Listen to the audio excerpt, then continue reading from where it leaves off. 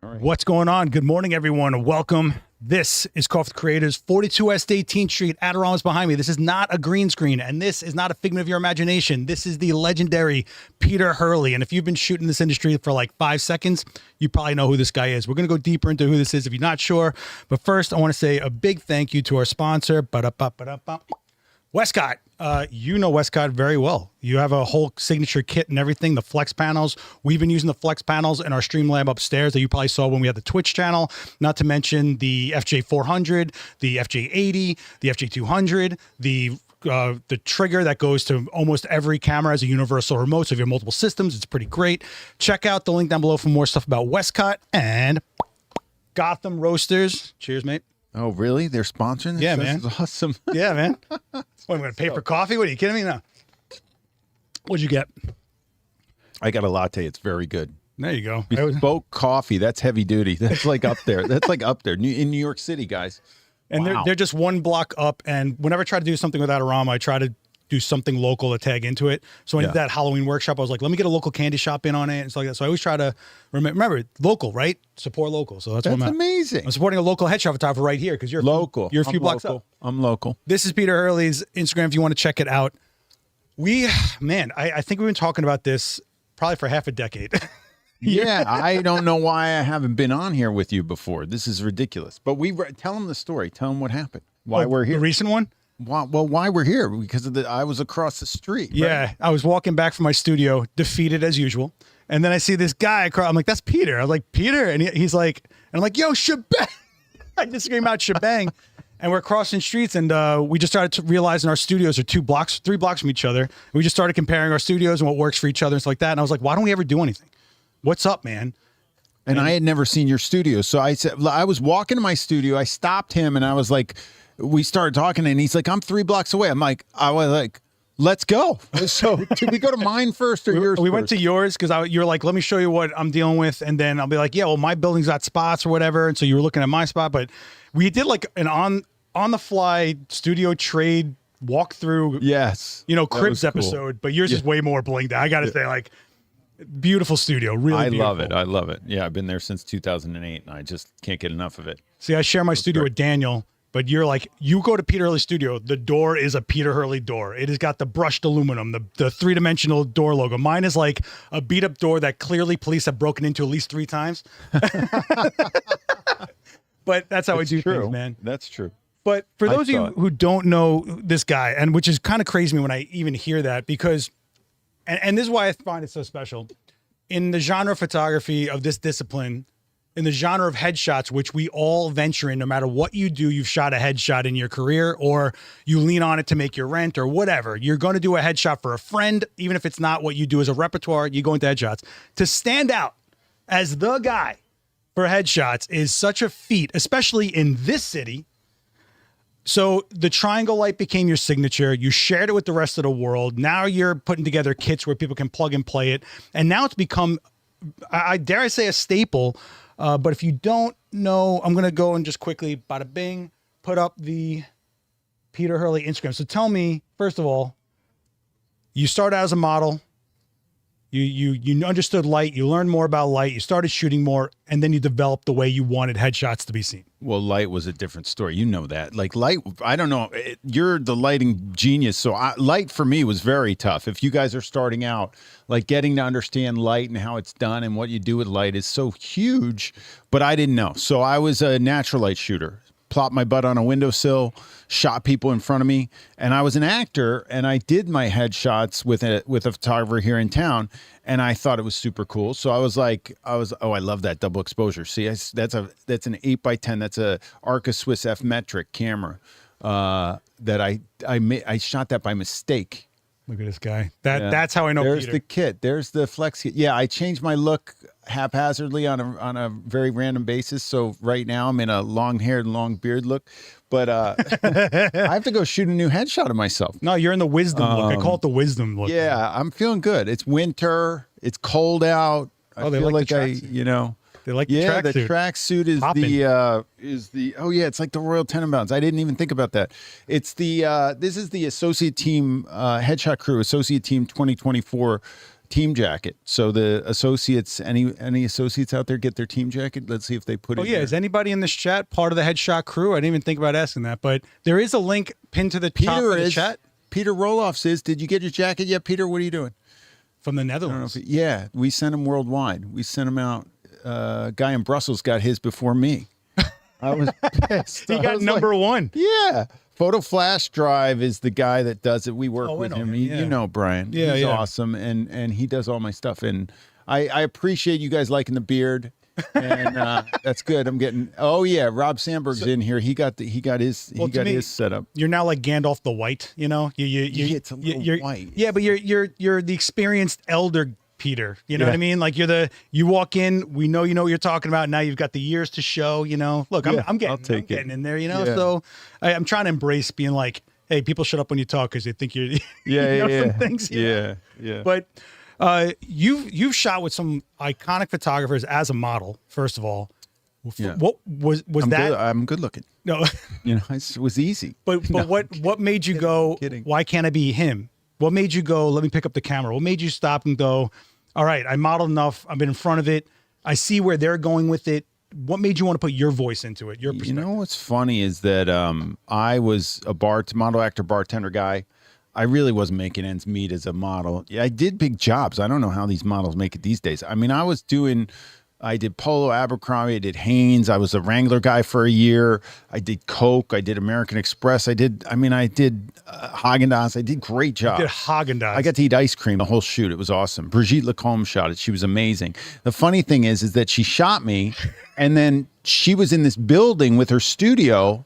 Years later, I had picked up a camera, like I would say it was 4 years later. She shot me in like around 2000. 4 years later, I ended up getting a studio. No, 6 years later, she was moving out of her studio, and it was down the hall from the studio I was in. And I went and looked at it, and I rented her studio from her.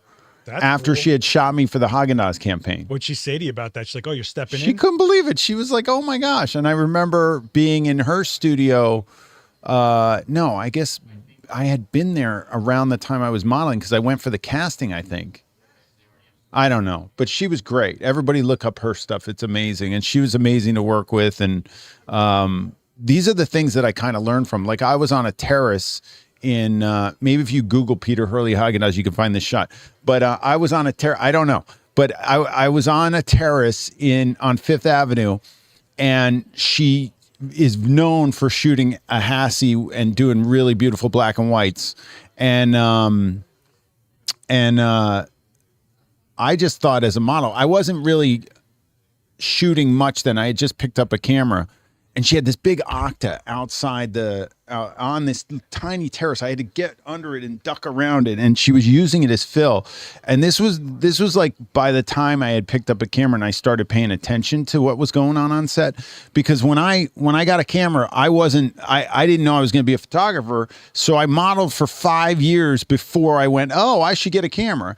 And a funny story, there was a used camera shop behind this building on the other street. It's gone now. Yeah. I went in there and I bought a Nikon FE2 was the camera. I wish I still had it.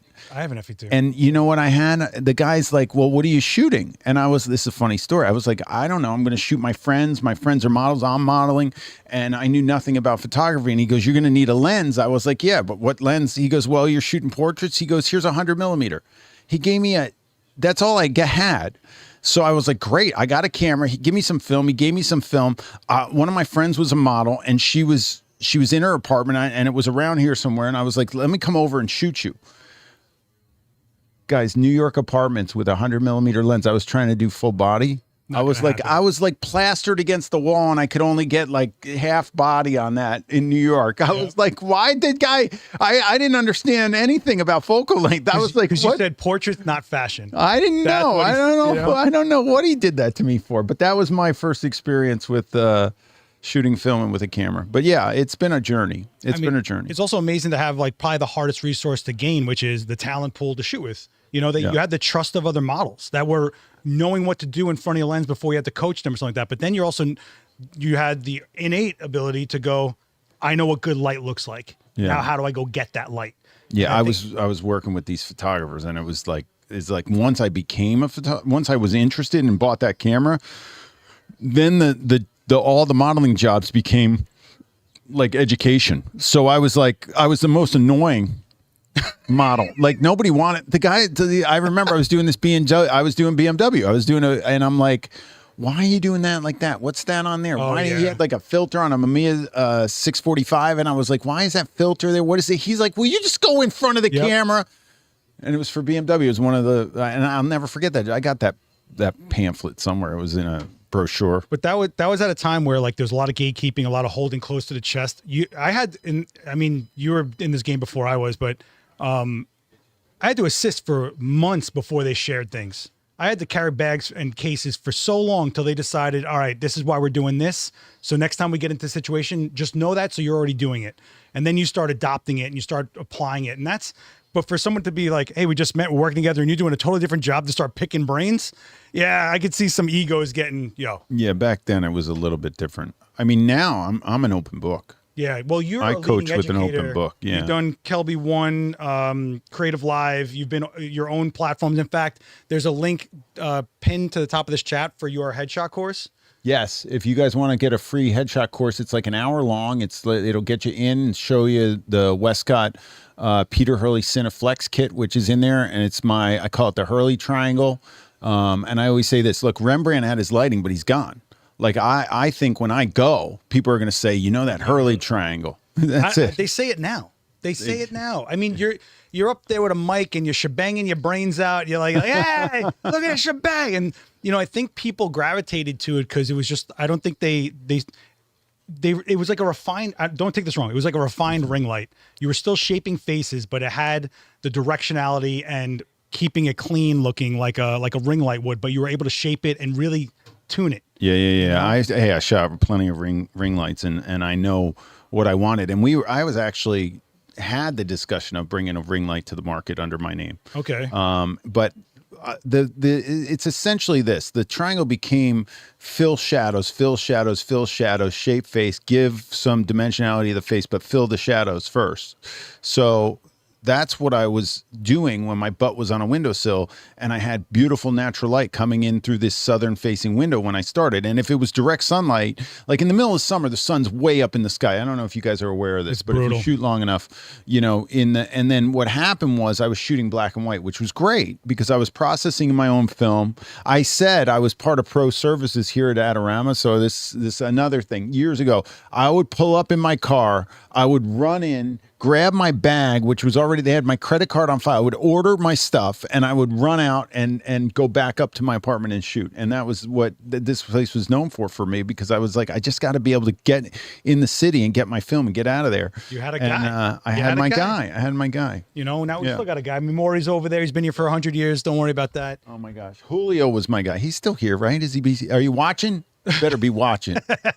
He was my guy. He shot me. He sold me my Contax 645. I was medium format until I went to Canon. I was all medium format. I never even shot. I shot that Nikon, got rid of it, and then what happened is that when I was modeling, all the photographers shot medium format. Yep. Like I never got shot 35 unless I was testing with a photographer, and I was like, why are all the pros?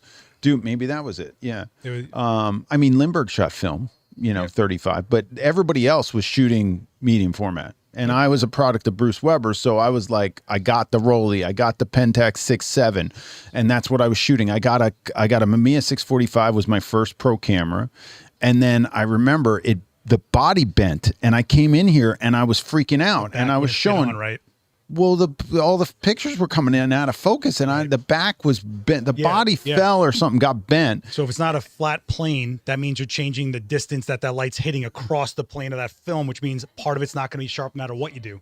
And back then I was working like a madman every day, like all day long. And I was like, I don't even have time to mess with this. I came down here, I picked up a Contax 645. Wow. And then I started going with that. That 100 millimeter on that thing is unbelievable. Yeah. I still have it.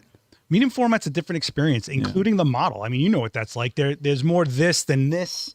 There's a lot. There's a different vibe to it. It's square sometimes, not really. I love it.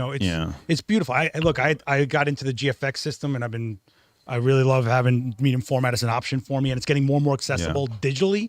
I mean, when I was growing up, digital medium format was $40,000, $50,000, $60,000 to get through. Now, not so much, man. No, it's not the same. The but price of full frame. I love my medium format film stuff, and I'm going back to film. I'm shooting the 8x10. I'm shooting the F metric from Arca Swiss, and I've got my 6.7 and my Rolly and my contacts. I haven't fired them up. Maybe now this will get me to fire them up. What's your film?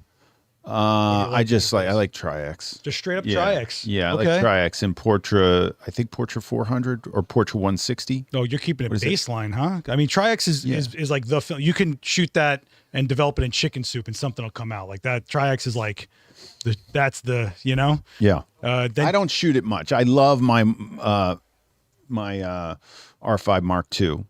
Now the other thing is that when Canon came out with the Mark II, the viewfinder all of a sudden feels medium format. It's like it's like you get your eye in there and there's like so much more to see. It's so huge. Have you guys tried this thing? Anyway, I love it. And if you haven't, you can try it right there. It's sitting right there on display. You guys can put it up to your face if you want to try it out. What GFX do I have? I have the GFX 100 Mark II, and it's awesome.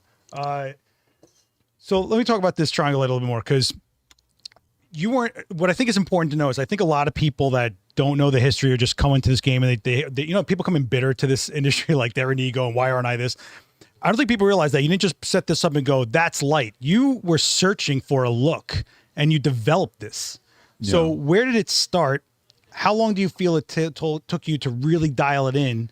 And then when did you feel it was okay to share it? Because once you share it, everyone's doing your look. Oh my gosh, I was scared to share everything. I was like petrified. I was in my studio doing my thing and didn't want anybody to know what I was doing for years and years and years until the F-stoppers walked in, and that changed my life.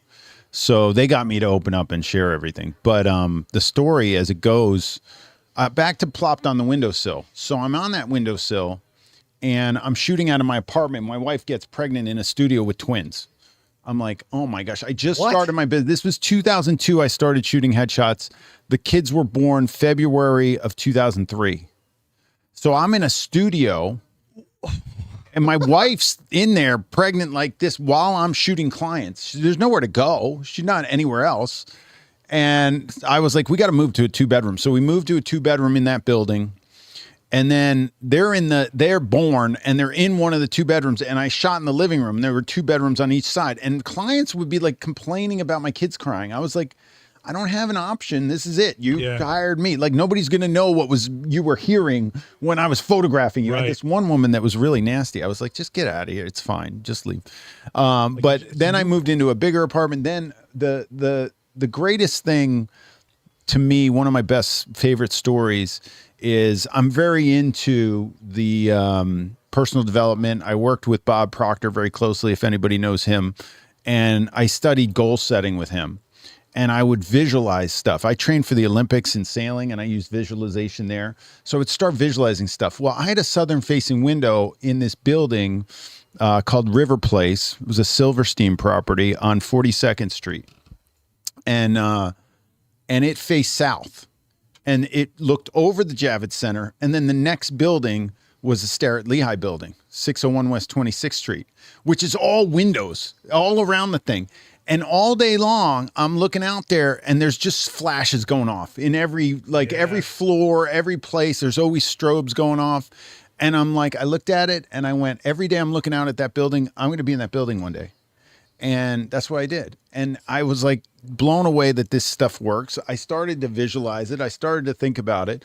And I get a call one day, and it's like 2004. The kids are a year old. The studio is a mess. That year I won like best headshot photographer in New York. So I was like cranking, and I'm in my apartment still. I was like, I really need a studio. So I just put it out there, and I was like, I got to start to look. I don't know where to go or what to do. And I get this call from a friend of a friend who said, hey, I just got this studio, and there's a little room off the side, and I need to rent it. And I was wondering if you'd want to take a look at it. And I was like, sure, I'll take a look at it. Where are you? 601 West 26th Street. I'm like, no way. Seriously? I'm coming right now. I run down there, and she shows me this little room. And I'm like, can I really do it here? Well, first of all, I was a natural light shooter shooting at a southern facing window. This was a studio that faced north, And the large studio had huge windows, but the room she was renting to me Was nothing. no windows. So now I'm like, Where do you go? I had to do it. I was like, I have no choice. This is such an opportunity. Like my dream is being fulfilled right now. And I got that studio, and that is when I realized I sucked at lighting because I'm like, well, I'm in the room with no windows. I was a natural light shooter, and I didn't know the inverse square law. I didn't know anything about strobes or reflectors or how to soften it or why I was putting this on this, why you put a grid, why you do this, why you do that. I didn't have any, I'm all self-taught. I never took any classes or anything, so I didn't know what to do. So I just started testing everything. And then a gift happened. A guy named Perry Ogden. You know Perry? No. Perry's awesome. He's an awesome photographer. He's a UK photographer. I don't know if he's still active or shooting or anything, but he rented the studio that I was in, the big studio outside my little door, for a week. And he had all these funky lights set up, and his assistant and I got friendly, and I was like, what are those things? He goes, oh, those are continuous lights, Kinoflow fluorescent lights. Kinoflows, wow. And I was like, really? Celebrities, whatever. And then I guess this is being recorded. I probably shouldn't say this, but they were there the whole week. So they left at night. And one day I was like, I just got to see what these look like. And I turned them on and I shot, and I was like, oh my goodness. And I bought them like the next, well, what happened was they left, and it was a Friday, and the studio manager, the lights were sitting there on the floor. And I said to the studio manager, what's going on with those? And he's like, oh, the rental house is coming to pick him up on Monday. I was like, Monday? I still have the pictures of the first girl I shot in those lights. Oh, yeah? You should post those. Yeah, I should post that again. Especially after this? Yeah, you guys want to see that, right? I have my original Kino Flows. I tried to sell them and nobody wanted them. Anybody want the original Kino Flows? I'll sign them. I'll take them. Yeah, I don't know what Are you kidding? I'll take the Kino. Rob's got them in his kidding me? studio. He's on here. Rob, you got them, right? You can get them to somebody if we need it. I'll take those. Are you kidding me? I will take those Kinos, man. I learned on Kino. Are you kidding me? So this is the moral of the story, guys. I needed to see it. The strobe going off didn't do it for me. I need to be visual. I needed to see the light, and the continuous did that. Then I realized, oh my gosh, I got booked this job shooting for Lost. I was doing an exhibition here in the city, and I had to go to Hawaii and LA. I had to shoot part of it in LA on the Sony lot. I think they were on Sony lot. And then I had to go to Hawaii. And I was like so confident shooting my Kinos that I was like, I need my Kinos. So I had already opened up a studio in LA, so I had an extra set of Kinos there. So when I went to the Sony lot, I brought the Kinos, and I shot all the editors and I shot a bunch of people that were in the office, producers and stuff, and production people. And then they're like, you got to get on a plane to go to Hawaii. And I'm like, this thing is like, how am I going to bring this on a plane? Yeah. Yeah. So I went to Hawaii and I shot, you know what I shot? I took a Profoto, a Q2R 2400 pack, which I bought here, and I hooked it up to a Vagabond, a Paul C. Buff Vagabond battery back then. Wow. Guys, you don't know how lucky you are. Yeah, I say this every time. All the people that cry to me about like, oh, it doesn't read my thoughts. Shut up. Like, you have no idea how amazing what we have right now is. And it keeps getting better. Every day we get something, we're like, really? It's amazing. So I'm in the middle of the forest, the jungle in Hawaii, walking up this hill like back, and it was the last scene they were filming for Lost. And I got a Vagabond plugged into a Q2400 pack. The shots are on my site. There's a Lost link, I think. And I shot that without the Kino Flows. And that's when I realized I was like, I really can't deal with that. I think by then I got pretty good with light, but I was like, I need something. So I started to design my own continuous lights. I brought them to WPPI. We started a company, and then I realized how difficult it was. They were called it was called Hurley Pro, and they were called Medusas. That's the Lost stuff. And yeah, I shot all this stuff, like some of it, like she's in the production office in LA, and then that's in Hawaii. It was just awesome. Like one of my favorite jobs. The Vilcek's Foundation is my oldest client. They're near and dear to my heart. And Jan Vilcek is just Jan and Maritza run a foundation, and my friend Rick is runs it now with them for them. He's the president and I guess CEO of it now, but they've been had me do my coolest work my entire career. I'm telling you, if you can get a client like that, it changes everything. So they change everything for me. And they did an exhibition at their space up on the Upper East Side with these shots, and it was amazing. But the fact that I couldn't bring the Kinos there made me think, and that's when we started the Hurley Pro lights. I launched them at WPPI one year, and I was like, I'm not a lighting company. Why am I spending all? My brother was like, he was in my studio with me, and he was doing finance, and he's like, you're selling all this stuff. I started selling these backgrounds. He's like, let's do this. And we dumped a ton of money into it. I had to stop him. It was the only time I ever got in a fight with my brother. I was like, we got to stop. I'm like not comfortable. We had a warehouse in California. We had employees. We had everything. And I was like, we got to stop. And I pulled the plug. And that's when Westcott saw what I had done. And Kelly, well, before I met Brandon and Brad, but I met with Kelly and they said, let's do something. What do you want to do? And it was the best move with the best company, doing the best product, doing what I wanted, what I asked for, like what I needed. So now I can travel anywhere.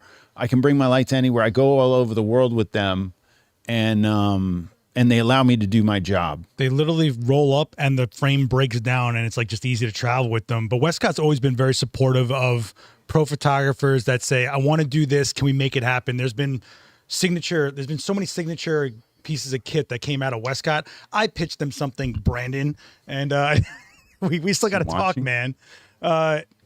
One thing I want you guys to pick up on, even though we burned like 10 minutes on that. He said he didn't know inverse square law back then. He didn't know this. Meanwhile, fast forward later, you did the definitive industry standard inverse square law video. And I don't know if you even remember this, but we were doing demos across from each other at a trade show, and I started screaming out like, "What's the inverse square law, Peter?" When I was doing my demo, he's like, "I can't hear you, shebang, what?" And I was like, "Ah, man!" But I kept on going like, "Watch his video. He did the video on inverse square." But it's amazing to see how far you can grow. You just have to understand you can get there. It's not going to happen unless you want it to happen and you make it happen. You guys got to go look at that inverse square law video. I got to tell the story. So like I said, F-stoppers really changed my life. Lee and Patrick came into my studio and they saw something in me that I didn't see in myself. And they're like, you got to teach. And then we put out that headshot video and it became the most popular, like the most successful tutorial ever made at the time. It's still till cranking. they did other ones. Well, we did other ones. I did other ones with them. They're out there. If you go on fstoppers.com, you can check them out. But they changed my life because when they came in, I didn't know that I had this teaching ability or that I even wanted to. Like I said before, I was afraid of telling everybody everything. Yeah. I didn't want anybody to know I told people to squinch. I didn't want anybody to know I put stuff in a triangle and on continuous light. I didn't want anybody knowing any of that stuff. They were like, you got to teach it all. So we had such success with the first tutorial that they call me and they're like, hey, you got to do another one. I was like, what are we going to do? And they go, well, why don't you do lighting the face? And I was like, okay, I'll do lighting the face. Great. Come on over. So they come in and I'm not, if anybody knows me, I'm very fly by the seat of my pants. I was like, we can just shoot this thing. I'm just going to start shooting. And they're very dot the I's, cross the T's, like got to get it done right. And I'm like, yeah, that makes sense. But they say to me, they walk in my door and they're like, okay, the first thing you have to teach is the inverse square law. And I'm like, what's that?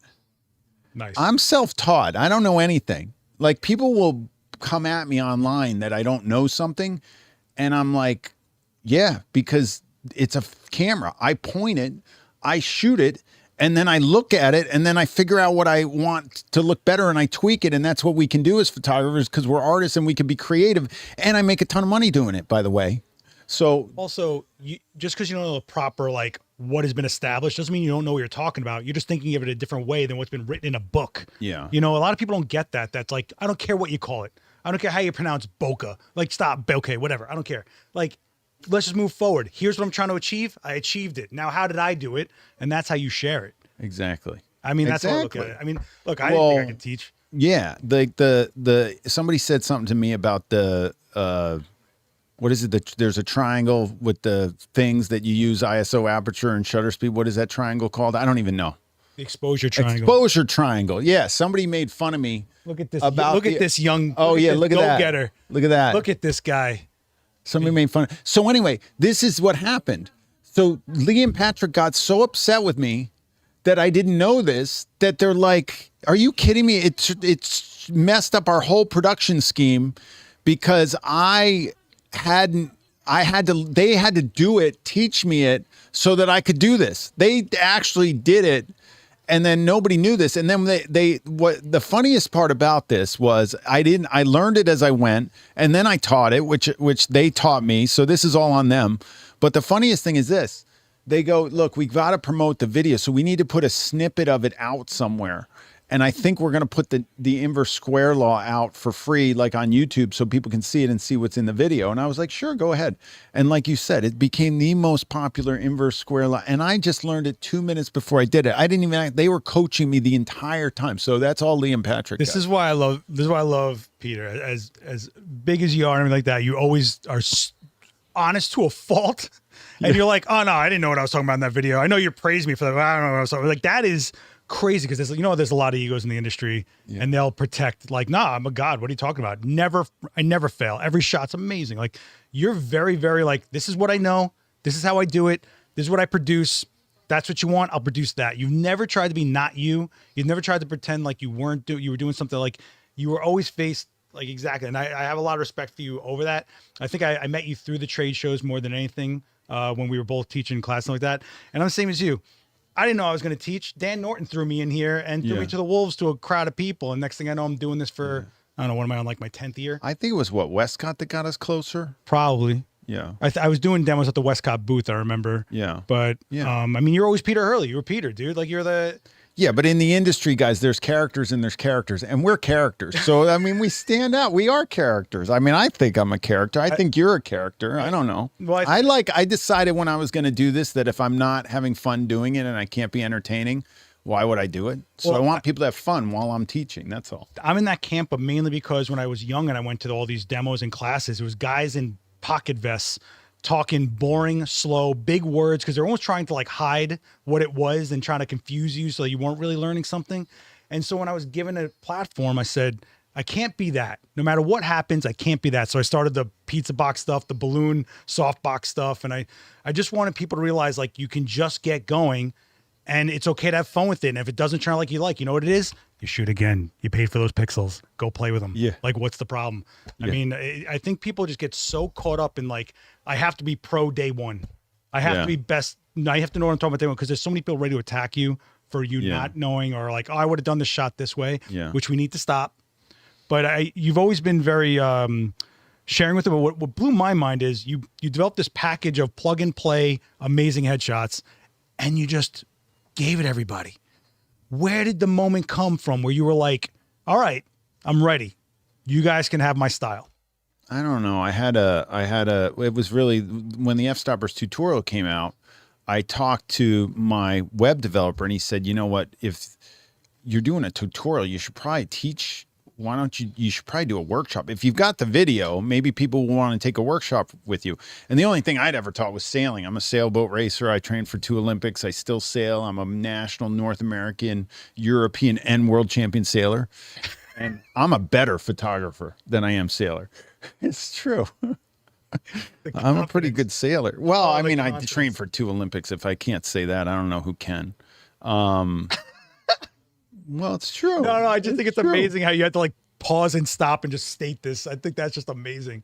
But like, seriously, what was... I'm stating it because I feel like right? a better photographer than I do. I love sailing, and I love the fact. I think sports, anybody out there who plays sports understands when you compete at a very high level, like what that does to you internally is such a big, I thrive off of it. Like I need it. I remember I took some time off. I hurt my knees and I got out of shape. I was out of shape. My knees got messed up. I had to get them both operated on. Jeez. And I got out of it and I was like, I need this. This is not only, and then I sailed like 180 days one year. I did the math. I sailed 80 days.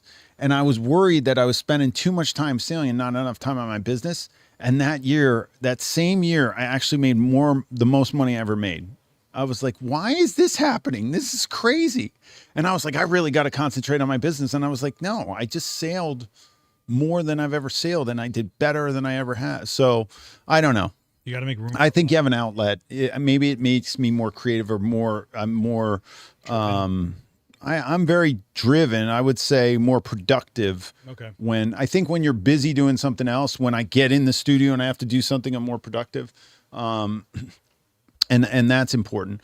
But I think going back to the learning process, I didn't have a limit because I didn't know what the limit was. Like I didn't have there was no ceiling to my learning because I didn't know what anything was. All I was doing was looking. So I was modeling a lot with Bruce Weber, and he was my biggest source of inspiration. I would look at his work. I'd be like, okay, I got to make it look as close to this. And I could never do Bruce Weber, but I was like, or get it close. But I was like, I know what good work is. I'm on the set of Polo. I'm on the set of Abercrombie. I'm seeing the biggest jobs being done in the world. I want to be in this. I want to do. And I think people always ask me what the modeling did for me. And it was that. It put me in the place. It wasn't like being in front of the camera. I mean, it helped me a lot with directing models and teaching people and coaching people, but it was really seeing what that was and not worrying about the learning process because it's an art, and we have this great tools, and you put a light somewhere, you point it at somebody, you press the button, you look at a computer and you go, okay, that looks too dark to me, let me lighten it up, and that light's not going in the eye the way I like it, let me tweak it. And the thing that is the most important thing to me out of all of this, and I think everybody out there, if you don't resonate with this, you're probably not that into photography, is that you never arrive. Like and people think I'm kidding when I say to them, like, people come at me online and I'll be like, and I say to them, look, if there's a better way to do a headshot than I'm doing it, I want to know what it is, and I'm going to switch tomorrow. Like, I'm ready. Like, who's got it? Like, seriously, if there is a better headshot out there, commercially viable, that will work for these corporate clients that I'm doing, all the CEOs I'm doing, like, I know I like my look.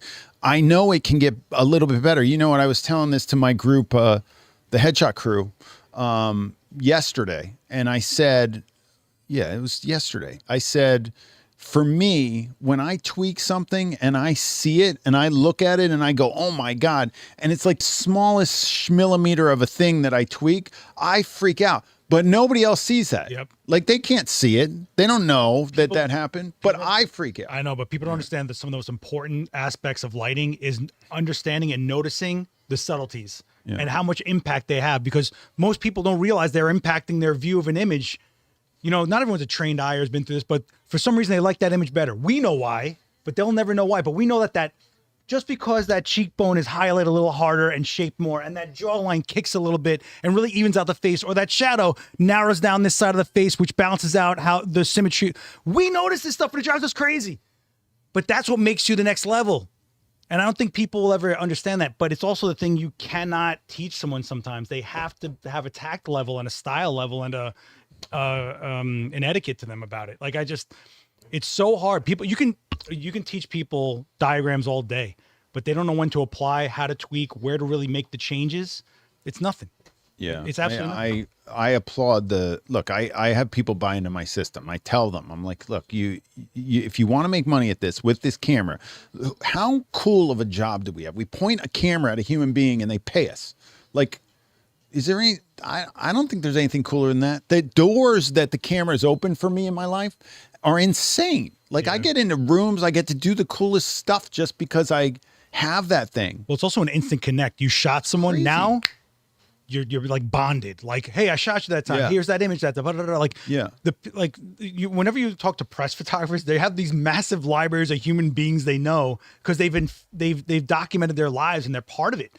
I mean, it's really, I never would have met 90% of the people I've met or been in the places or traveled around the world if I wasn't for shooting. Yeah. And I'm grateful every day. And every time I'm losing my mind and throwing things against the wall, I try to remind myself, like, you could be rocking a tie in some cubicle hating your life right now. Like, think about this. True. I mean, people are watching this today, hopefully now, and they're sitting there hopefully ready to go photograph somebody, point your camera at somebody, get it going. Yeah. There's a question from Ravenstone.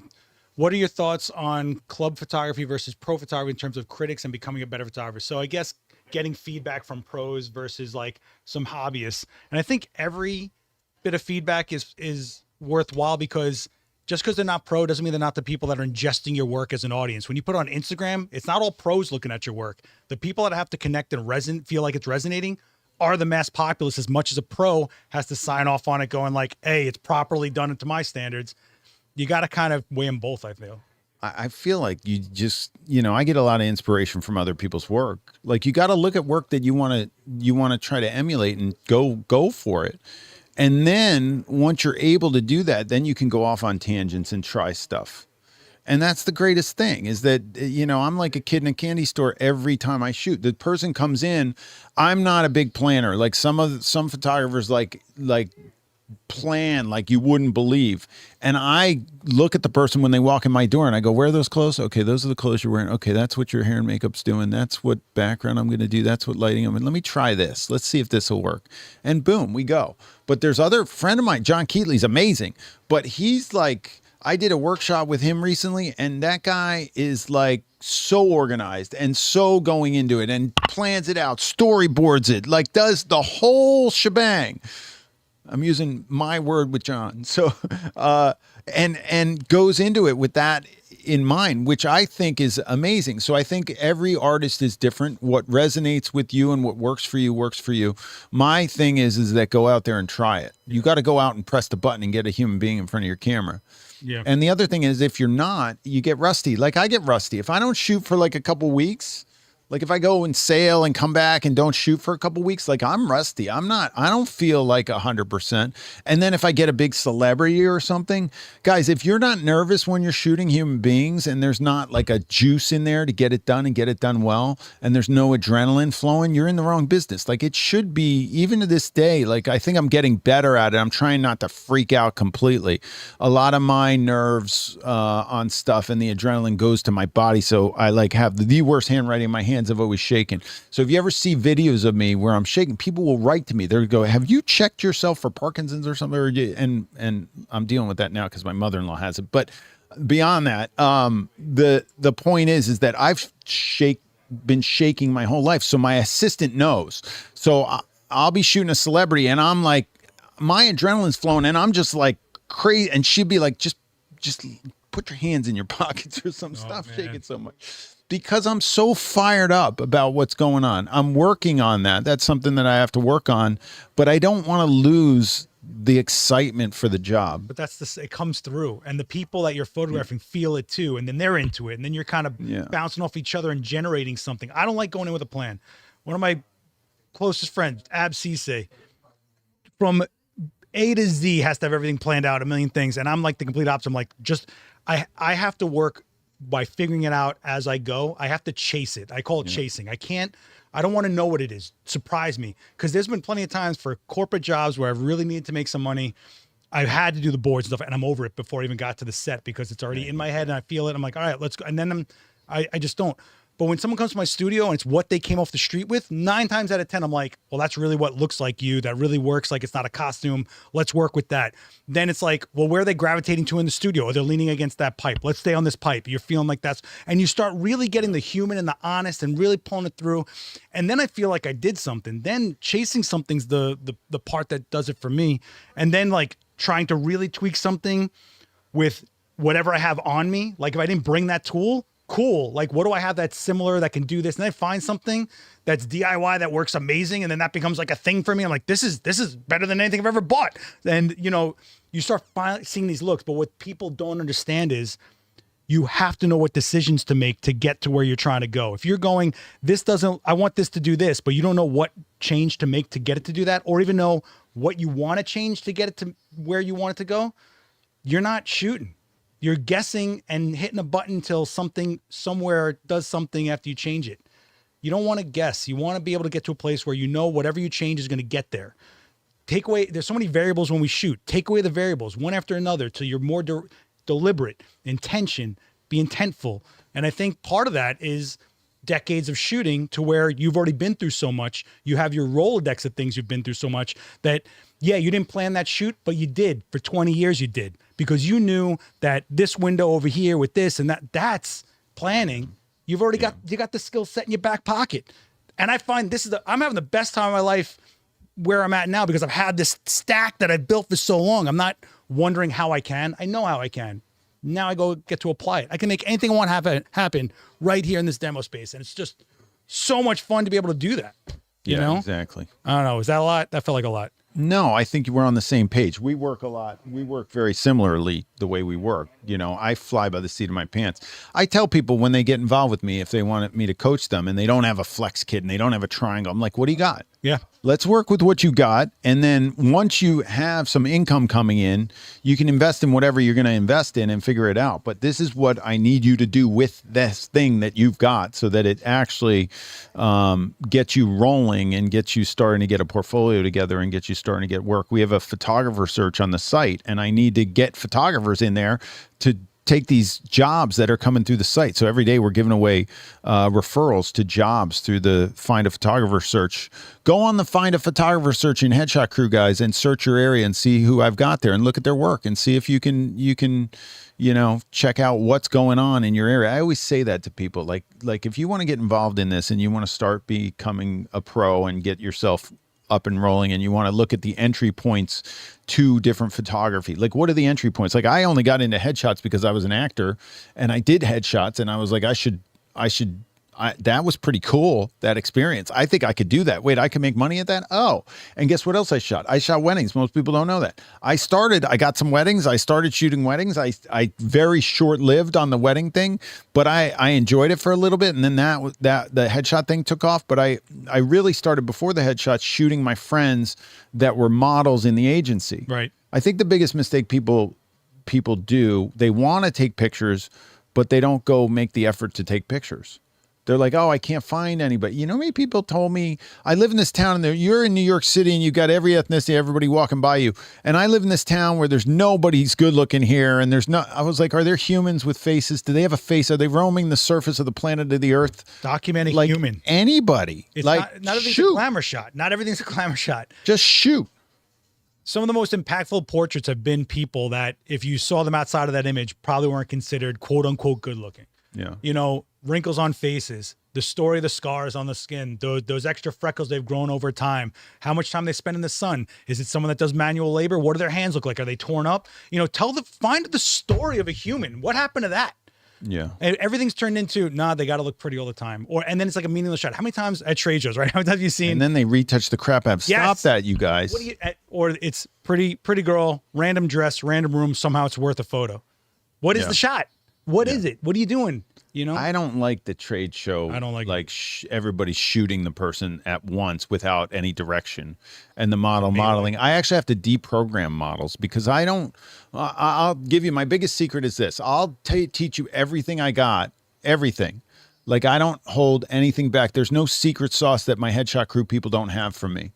But my thing is pulling expression off a human being that another photographer would have a hard time doing. And that is really difficult. It's very easy for a model to model in front of you and you press the button and then that model's going to go to the next photographer and model in front of them and that photographer's going to press the button and everything's going to get something very generic.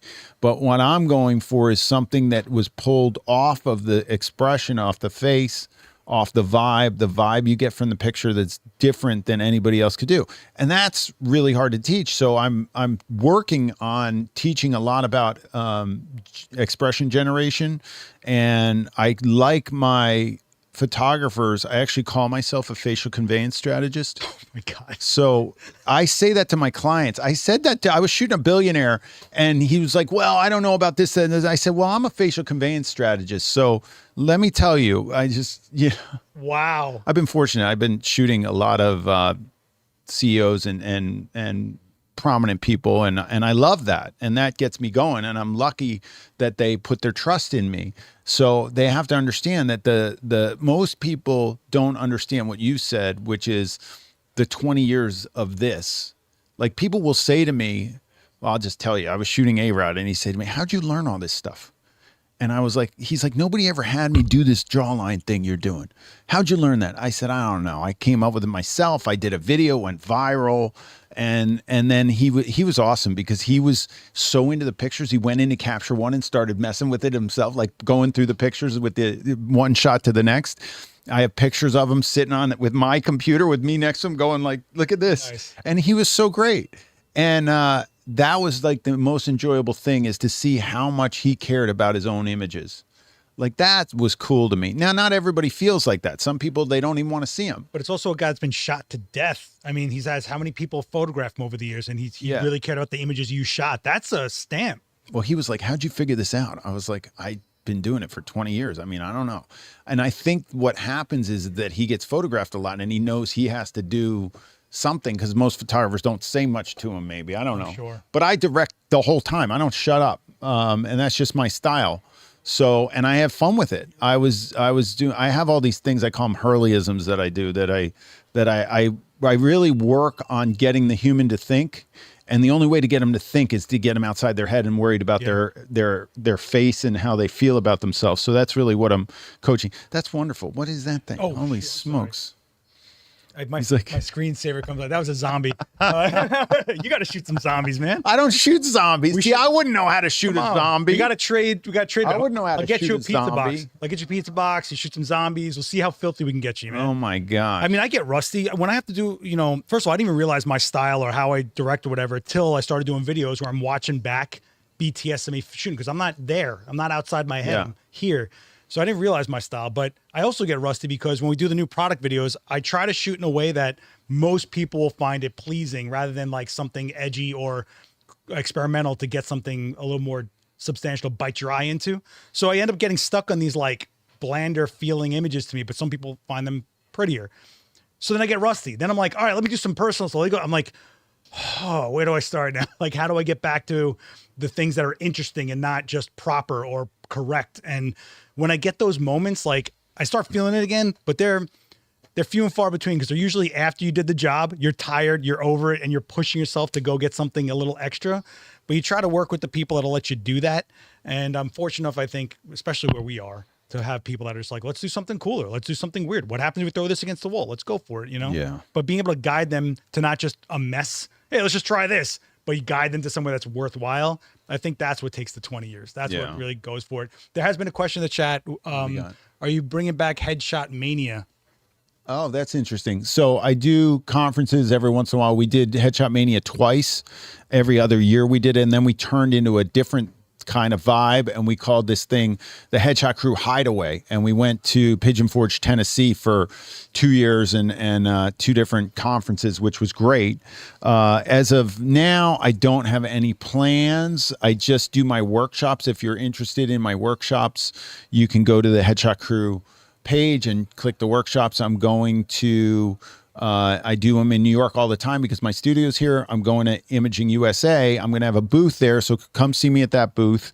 And after that, I'm doing one in Dallas, so there's space in that. I also am going to, after WPPI, I'll be going to Denver to do a workshop. I'm also going to be in Fort Lauderdale the end of February, or first week in March, right before WPPI, doing a workshop there. Jeez, and you find time to sail. I'm worried. What are you going to do? Well, when I'm in Florida, I'm sailing. That's why I'm doing the workshop. And Daniel Wakefield is one of my associates and mentors on the Headshot Crew, and he does a business accelerator class.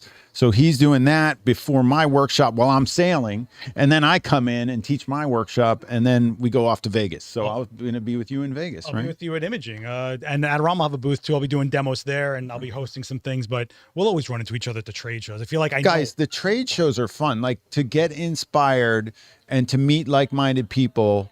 You know, one of the things that I've found is that when I was just shooting, and this was way before social and everything got really huge, but I had blinders on. I didn't know other photographers. I didn't know what was going on out there. I didn't want to know. I just wanted to figure out my thing and be in my studio and do my job and go home and stuff like that. But it can get lonely. And when I was doing my film, I was working, and I was doing my mom. I set up a darkroom in my mom's house. Nice. So I was in the basement doing that. Yep. And I was alone, and my mom was trying to be a mom all the time, and I was trying to get my work done so I could get back into the city. I'm from Jersey, and I feel bad because my mom's not here anymore. I should have spent more time with her while she was trying to be a mom while I was trying to work. But I remember how lonely that was, and I went to the Jewish Community Center. Is that what it is? It's in on the Upper West Side. In the basement has a dark room. And I was like, I'm going to start going there. So I started to go there and work with other photographers, be around other people. And I think the digital darkroom is actually some community stuff. So we have a thing on the Headshot Crew called the 24/7 Hangout. And it's a Zoom room that you go into and people retouch, people talk about business, people talk about their shoots.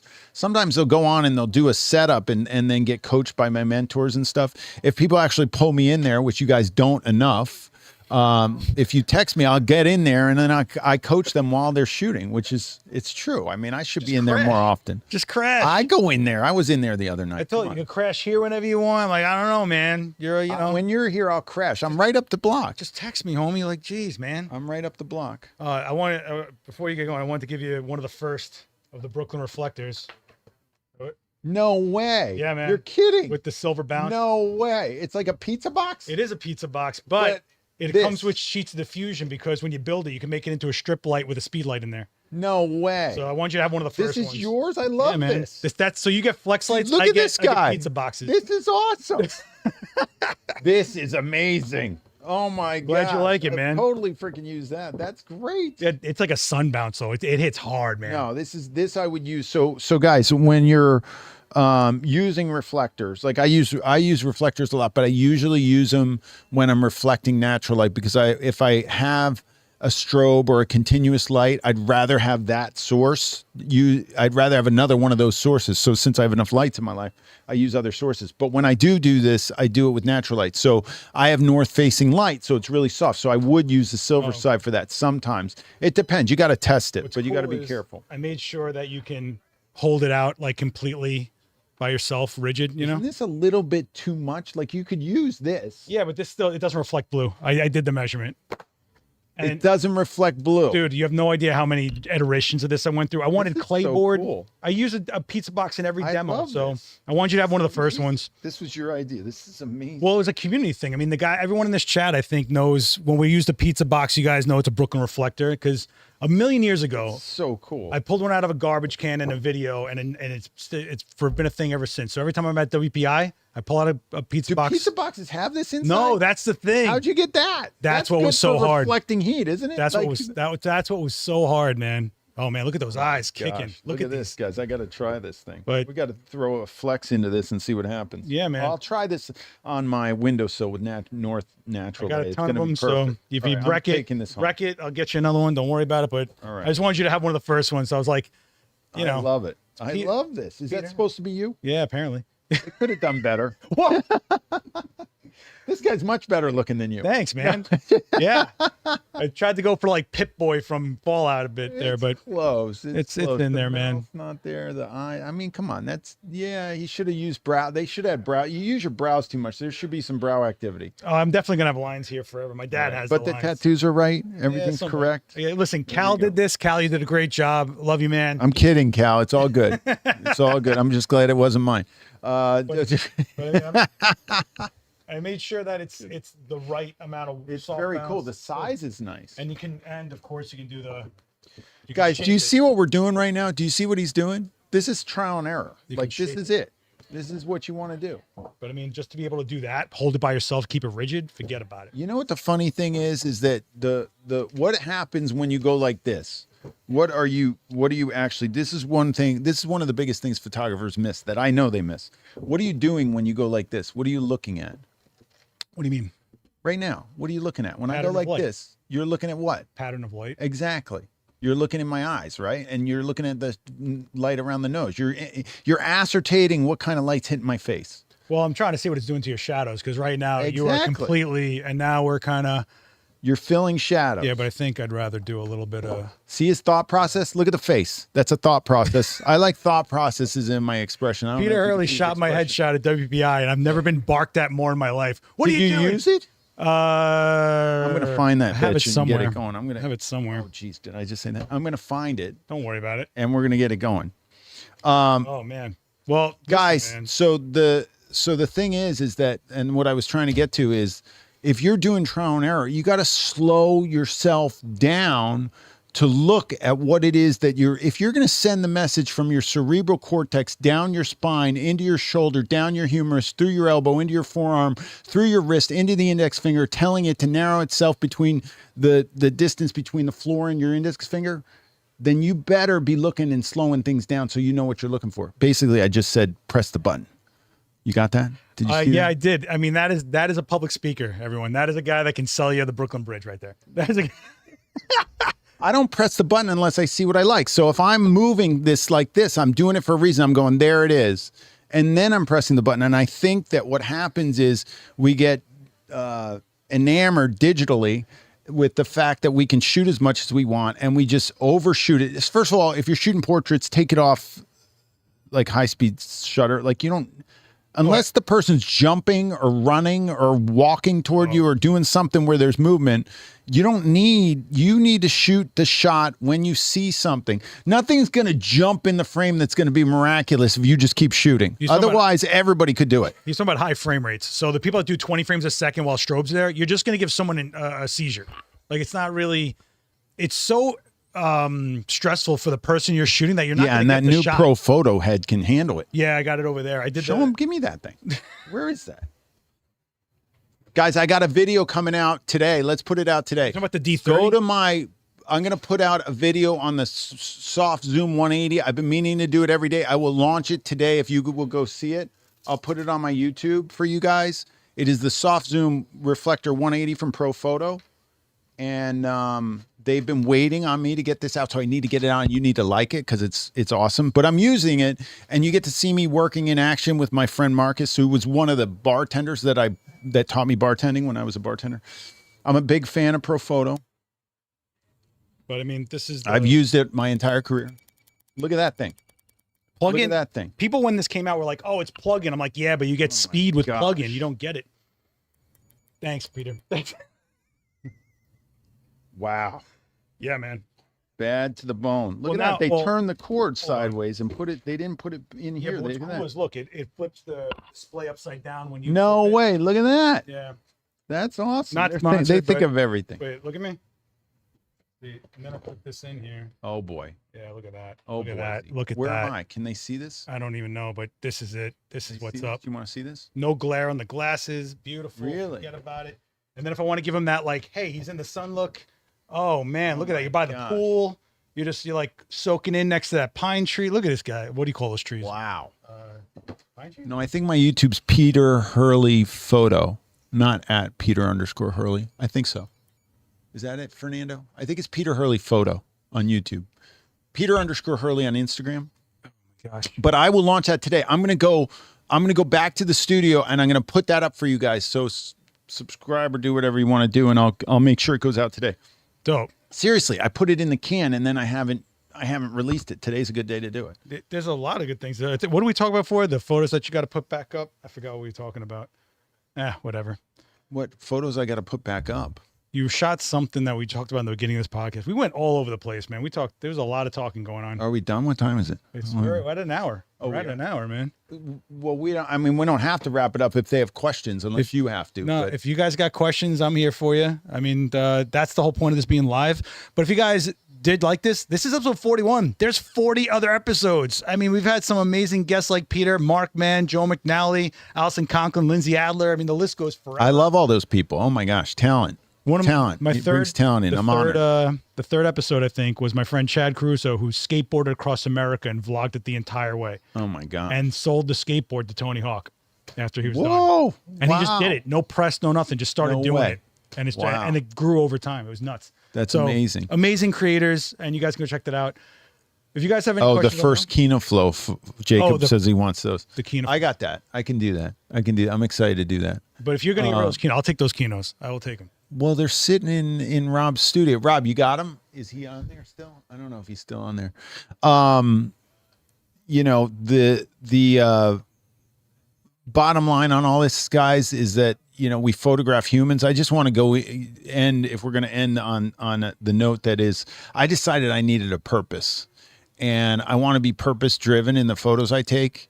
And I have this quote that I say, and a lot of this has come to a head with stuff that's going on in the industry and stuff. But For me, my photos are simply the byproduct of the experience that I had the opportunity to give somebody.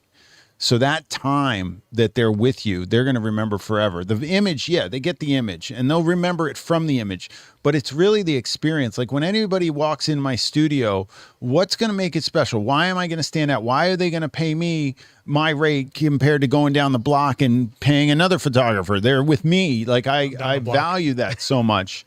I need to give them an experience, and that experience is going to do more for them in the long run than the actual image potentially. Of course, the image has to be great, but I think that we got a raw deal with how we feel about our appearance. I never had anybody walk in my studio and go, Peter, this is your lucky day. My skin's flawless. My hair is radiant. You should be paying me. No, everybody comes in and they got all these things they don't like about themselves. Why are you pointing at me? What is this? What you are don't doing? have that. Come on, You're man. fine, I got right? visible pores. Look, I'm Listen to him. I'm a blue collar. So what I'm doing is I'm writing down all the stuff people say. I actually wrote it down. My last client, this guy, he's gorgeous. Oh, hey, Candy. Great looking guy. Been a while. And he wrote, what did I put? Candy's asking what brand your glasses are, by the way. Oh, these are in Barberia Venezia. They're from Venice, and they're in New York, December 3rd to 8th. So after this, I'm going to go see those guys in Soho.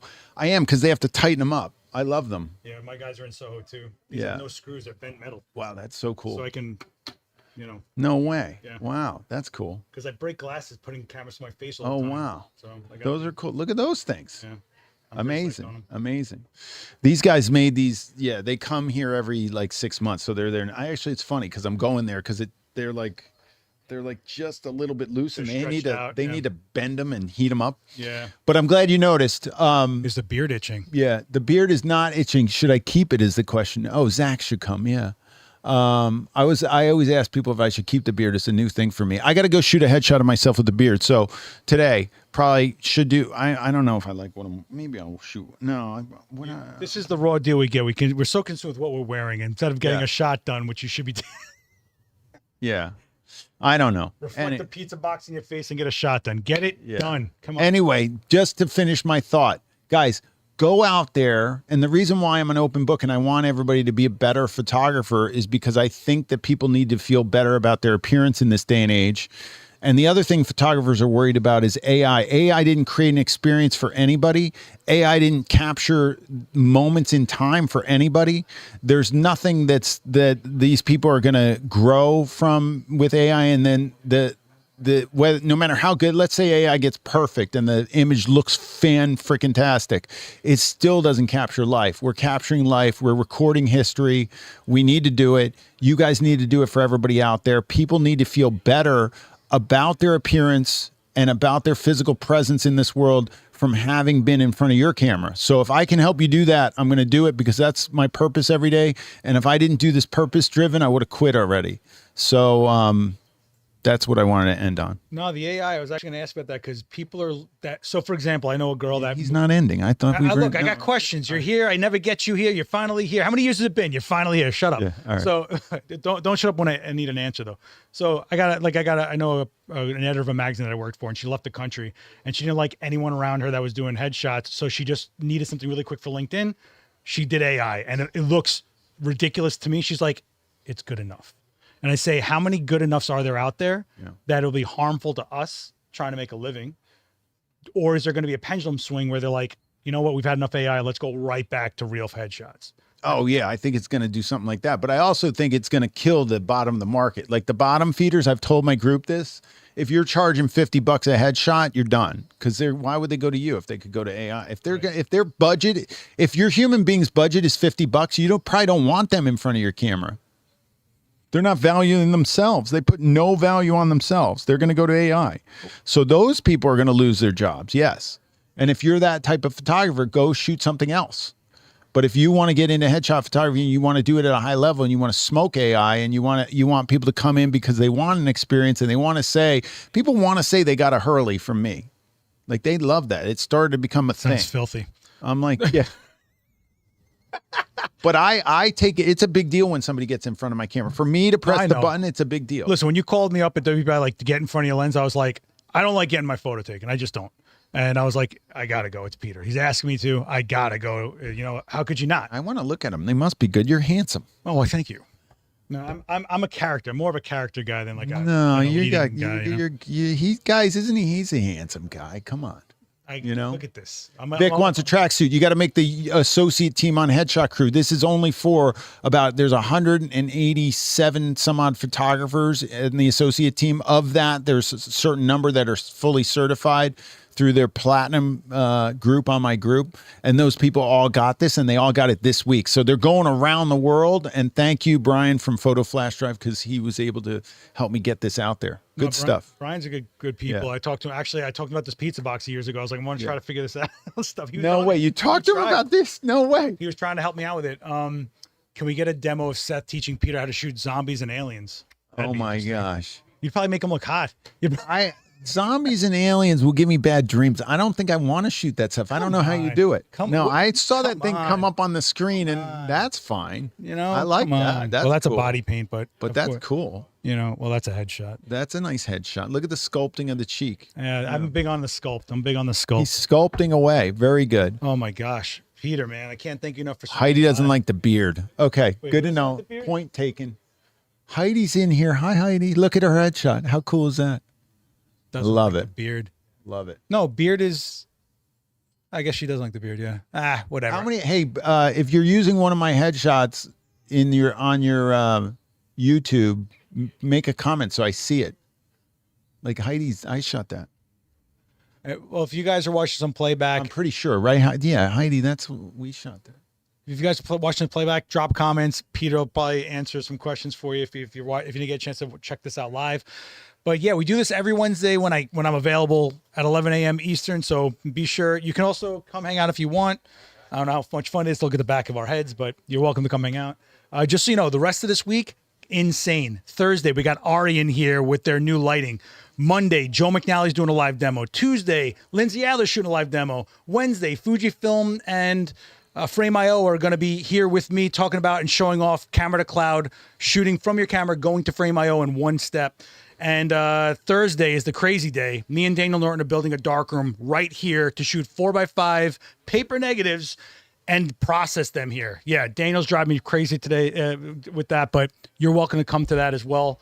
I had to give this spiel. Sorry, man. That's right. Heidi's writing in that it was. I shot that in 2016 at Photokina. Shebang. I got a shebang in there. Did you hear that? I was on stage for the last Photokina, and I felt so sad about it. Yeah. That was a massive show. Unbelievable. Yeah. What are you going to do, man? Yeah. Any last words that you want to give them?